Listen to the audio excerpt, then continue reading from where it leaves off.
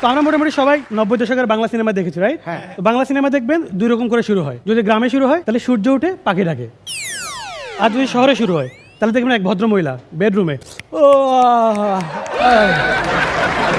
এরা বড় লোক, এরা বাবাকে ডাকে ড্যাড, মাকে ডাকে মম। এদের ব্রেকফাস্টের টেবিলে মিনিমাম 50টা আইটেম থাকে, কিন্তু এরা সব কিছু বাদ দিয়ে শুধু জেলি দিয়ে পাউরুটি খায়। সরি পাউরুটি না, ব্রেড। এরা ব্রেড খায়।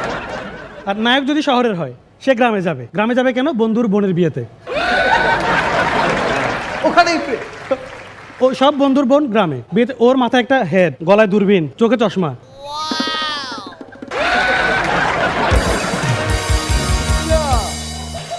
আপনি যে নায়কটা চিন্তা করতেছেন এটা কে?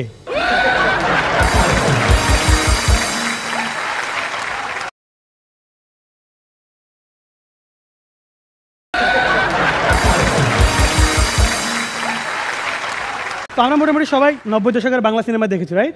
তো বাংলা সিনেমা দেখবেন দুই রকম করে শুরু হয়। যদি গ্রামে শুরু হয় তাহলে সূর্য উঠে পাখি ডাকে, আর যদি শহরে শুরু হয় তাহলে দেখবেন এক ভদ্র মহিলা বেডরুমে ও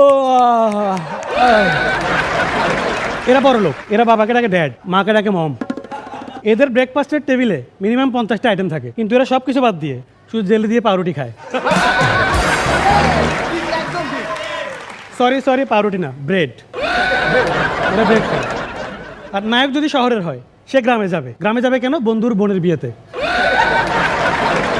ওখানেই ও সব বন্ধুর বোন গ্রামে, বিয়েতে ওর মাথায় একটা হেড, গলায় দূরবীন, চোখে চশমা।